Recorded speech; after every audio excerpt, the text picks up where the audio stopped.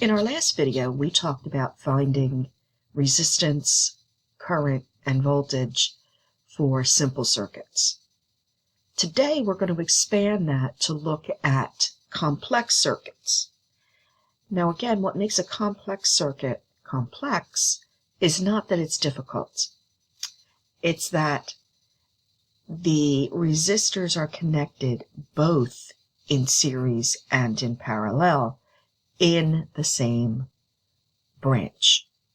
So let's take a look at this first circuit here.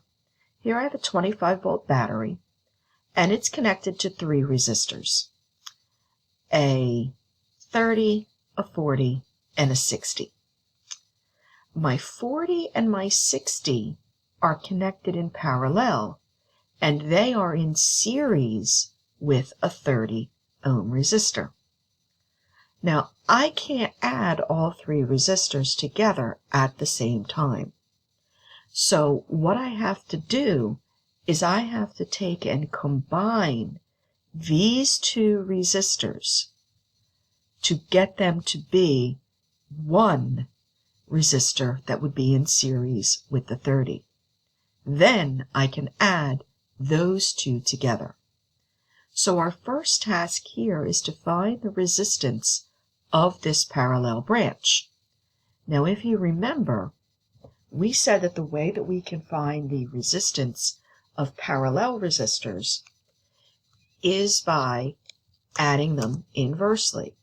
So 1 over my total resistance would be 1 over 40 plus 1 over 60. Now, that answer that I get is not my total resistance. Okay? It's not even the resistance of this portion. It is the reciprocal, because we solved for 1 over R. It is the reciprocal of my resistance. So I have to invert that, or take the reciprocal of it, to get what my resistance is. So I get a resistance of 2.4, okay, for this complete branch. And as we said, my lowest resistance should be, should be lower than my lowest resistor. And indeed it is, it's quite low. Now that I know what this is, these two in effect act as a single resistor. So I can basically replace them by one resistor of 2.4 ohms. That's what they basically are acting like. So now I'm able to determine the total resistance of my circuit. Since this resistor, my 2.4 ohm, is in series with my 30, I can just say, okay, my total resistance equals 30 plus 2.4, which of course you know is equal to 32.4 ohms. And that would be my total resistance of my circuit. Now, I could then use that to find the current in the entire system, use that current to figure out the voltage in the 30, and the voltage in that 2.4 imaginary resistor, which I then could use to find the voltage and current in the 40 and the 60. But that's for another day. Let's try one more together. Let's come down here to this second circuit. Now, if I look at this circuit, I can see it's a little different. I've got a 20 and a 25 connected in series, and that series is in parallel with a 30. So I have to add these two together first Then I can add them to the 30. So let's do this one.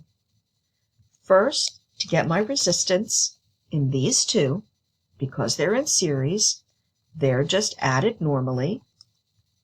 So 20 plus 25 is, of course, 45 ohms.